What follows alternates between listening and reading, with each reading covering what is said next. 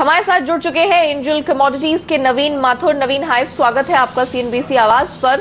Pressure है सोने चांदी में, बैंक ऑफ जापान को बाजार देख चुका है, उन्होंने जो अनाउंसमेंट किए, अब यूएस फेड की तरफ नजर है, सोना प्रेशर में है, क्या किया जाए? धन्यवाद नेहा। सबसे पहले तो डेफिनेटली एक इम्पॉर्टेंट मीटिंग जो बैंक ऑफ जापान की थी वो हो चुकी है। आज फेडरल रिजर्व के अनाउंसमेंट आएगी। हैं फ्यूचर प्रोजेक्शंस जो हैं फेडरल रिजर्व रेट के, वो तकरीबन 12% ये दिखा रहे हैं अभी भी कि सितंबर, और पर्टिकुलरली ये जो मीटिंग चल रही है उसमें फेड इंटरेस्ट रेट्स बढ़ा सकता है। पर अगर आप देखें तो approximately 24-25% was the prediction a week earlier. मुझे लगता नहीं है कि फेडरल रिजर्व इस पर्टिकुलर मीटिंग में इंटरेस्ट दरें बढ़ाएंगे, पर ये ज़रूर है नेहा कि आने वाले टाइम में, साल में, अगले 2-3 महीने में एक 25 बेसिस पॉइंट्स का हाइक हो सकता है, क्योंकि इंटरेस्ट रेट्स के जो आशंका है वो कम है बढ़ने की। उसकी वजह से डॉलर डिप्रिशिएट कर सकता है, नीजर्क रिएक्शन। अभी डेफिनेटली डॉलर एप्रिशिएट कर रहा है, उसकी वजह से हम दबाव देख रहे हैं। पर at the end of the day if the interest rates are not high, मुझे लगता यह है कि एक रिएक्शन आ सकता है मार्केट्स में for dollar weakness, and the markets may turn upside during the course of the day. तो इंट्राडे स्ट्रैटेजी थोड़ी सी एक रेंज बाउंड है। मुझे लगता है कि नीचे की तरफ भी दबाव है, पर एक्सपेक्टेशंस हैं कि ऊपर की तरफ भी गोल्ड जा सकता है because of the dollar weakness. थोड़ा रेंज बाउंड है, पर फिर भी at the end of the day I think it may turn up to be a positive story for gold and dollar denominated commodity because of the weakness in dollar index. Alright Naveen, चांदी में भी pressure है, गिरावट आई है, तो यहाँ आपकी क्या राय है?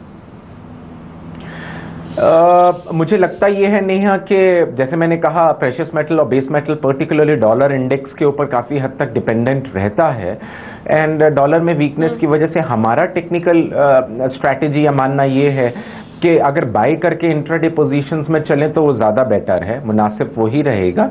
गोल्ड अक्टूबर कॉन्ट्रैक्ट 30,800 के आसपास बाय करना चाहिए, अभी तकरीबन 31,000 का भाव चल रहा है। स्टॉप लॉस जो है 30,700 का लगाएं, और टारगेट जो है 31,050, 31,060 के देखे जा सकते हैं। Similarly for silver also we would recommend to buy at around 45,800, 46,600 का टारगेट रहेगा, और स्टॉप लॉस जो है 45,500 का लगाएं। जो भाव है अभी वो तकरीबन 46,000 46,000 के आसपास का चल रहा है चांदी का दिसंबर वायदा बाजार एमसीएक्स।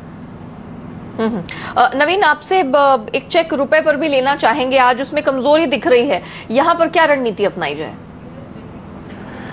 ट्रेंड तो डिप्रिशिएटिव ही है नेहा, क्योंकि अगर देखें ओवरऑल जापान की पॉलिसी को लेके, और अगर हम कल देखेंगे वहाँ पे जो यूएस में है, अगर फेडरल रिजर्व ने इंटरेस्ट रेट्स नहीं बढ़ाए तो हो सकता है थोड़ा सा एप्रिशिएट करे, उनकी डॉलर डिप्रिशिएट करेगा जैसे मैंने कहा।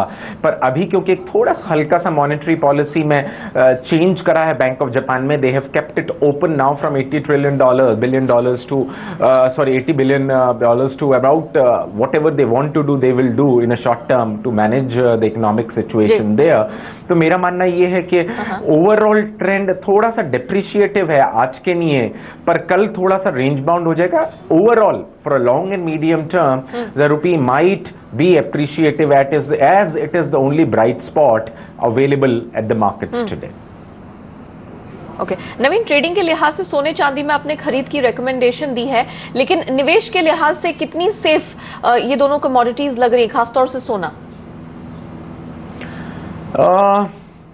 There have been uncertainty Neha, काफ़ी हद तक मिडल ईस्ट में, और जो क्राइसिस अभी हमने देखा यूरोप में ब्रिटिश एग्जिट और ब्रेग्जिट के वजह से, पर मुझे लगता ये है कि जो सेफ हेवन डिमांड है वो इतनी स्ट्रांग नहीं होगी गोल्ड में। इन्फ्लेशन भी ज़्यादा स्ट्रांग नहीं है क्योंकि क्रूड पे भी दबाव बना हुआ है नेहा। तो आने वाले टाइम में जो हमने पहले कुछ सालों पहले देखा, गोल्ड ने तकरीबन 20% एनुअल रिटर्न्स दिए, वो तो लगता नहीं है आने वाले टाइम में। But definitely out of the two still I would go in for gold as a safe haven demand buying rather than silver which is very volatile and वो टेक इफेक्ट करता है बेस मेटल्स का भी और precious metals का भी। तो थोड़ा सा डायनेमिक कमोडिटी है, पर एसेट एलोकेशन के लिए और डाइवर्सिफिकेशन के लिए gold would be better. Okay Naveen, कच्चे तेल में आपका क्या नजरिया है, क्योंकि जबरदस्त तेजी आई है, एपीआई के जो नंबर्स आए हैं, तीसरा वीकली यहां पर ड्रॉडाउन इन्वेंट्रीज में देखने को मिला है। हालांकि अभी सरकारी आंकड़ों पर नजर डालना बाकी है जो कि आज ही आएंगे, लेकिन ओवरऑल आपको कच्चे तेल के और नेचुरल गैस के फंडामेंटल्स कैसे लग रहे हैं? कच्चा तेल खासतौर से काफी समय के प्रेशर के बाद आज चढ़ने में कुछ कामयाब हुआ है।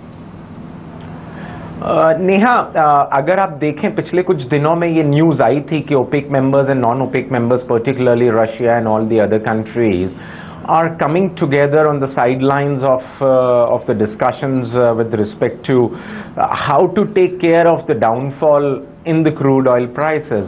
मुझे लगता ये है कि, और आशंका भी है मार्केट्स में, कि हो सकता है कि एक पर्टिकुलर डिसीजन लिया जाए प्रोडक्शन फ्रीज पे या प्रोडक्शन आउटपुट कट पे। उसकी वजह से कुछ एक दो दिनों से थोड़ी सी तेजी देखी गई है, एंड पर्टिकुलरली कल जो एपीआई का डाटा आया, जैसे नेहा आपने सही कहा, उसकी वजह से भी एक फंडामेंटल न्यूज पॉजिटिव बनी प्राइसेस के लिए, और वही जो है वो दर्शा रही है आज जो मार्केट्स अपसाइड दिखा रहे हैं। स्ट्रैटेजी भी यही रहेगी इंट्राडे के लिए, to buy at around 2970 for October contract on the MCX. Stop loss जो है वो 2900 का लगाएं, और टारगेट्स जो है नेहा ऊपर की तरह तकरीबन 3080 टू 3090 तक के देखे जा सकते हैं। अभी 3020 का भाव चल रहा है। इंटरनेशनल में जो है वो तकरीबन $45 के आसपास है WTI, एंड जो ब्रेंट क्रूड है वो तकरीबन $46-47 के आसपास है।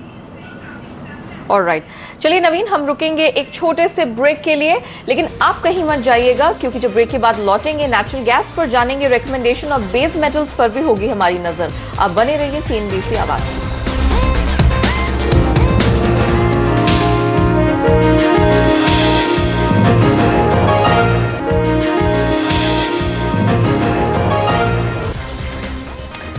Welcome back. हमारे साथ नवीन माथुर बने हुए हैं। नवीन, ब्रेक पर जाने से पहले कच्चे तेल पर फोकस किया था, नेचुरल गैस में जिस तरह की तेजी हमने देखी है, वजह क्या है, वहां क्या किया जाए? नेहा, 206 का भाव चल रहा है एमसीएक्स नेचुरल गैस सितंबर वायदा में। मेरा मानना ये है कि अगर क्रूड में तेजी बनती है, और जैसे बन भी रही है, कुछ हद तक नेचुरल गैस में भी उसकी वजह से भी तेजी आएगी। फंडामेंटल कारण भी कुछ हैं जो तेजी दर्शा रहे हैं नेचुरल गैस में। तो स्ट्रैटेजी के पर्सपेक्टिव से मुझे लगता है 203 के लेवल्स के आसपास इंट्राडे में बाई करना चाहिए, and targets upside at around 208 levels. It's currently trading at around 205-206 for the September contract on the MCX. Okay Naveen, base metals पर क्या राय है आपकी? गिरावट यहां देखने को मिल रही है। टेक्निकली बाय है, पर यस फंडामेंटली गिरावट है। कल का अगर डेटा देखें नेहा, तो जो चाइना होम प्राइसेस के आंकड़े आए वो तकरीबन 9% ज़्यादा थे पिछले महीने से, and they were too much high from the perspective of the last 1 year. But at the same time अगर प्रोडक्शन फिगर्स देखें कॉपर के, तो वो दर्शा रहे हैं कि प्रोडक्शन है वो ओवर सप्लाई है versus a year ahead and the last month too. तो एक तरह से रेंज बाउंड है, पर डेफिनेटली फंडामेंटल कारण वीक है, क्योंकि एलएमई पे भी गिरावट है तकरीबन 0.5% की। तो इंटरनेशनल मार्केट्स का जो ट्रेंड है वो नेगेटिव है, तो इंडिया में भी नेगेटिव रहेगा, पर क्योंकि रुपी डिप्रिशिएट कर रहा है उसकी वजह से ज्यादा नेगेटिविटी दिखाई नहीं दे रही है। Technically one can by the contract of November at around 321.22, target at 328 for copper and stop loss at 319. Alright. नवीन, बहुत शुक्रिया समय निकालकर हमारे साथ जुड़ने के लिए, और हमारे सभी दर्शकों को बताने के लिए कि नॉन एग्री कमोडिटी मार्केट में उन्हें किन एस्पेक्ट्स पर नजर रखना और रणनीति कैसे अपनानी है। आगे बढ़ते हैं। सरकार अब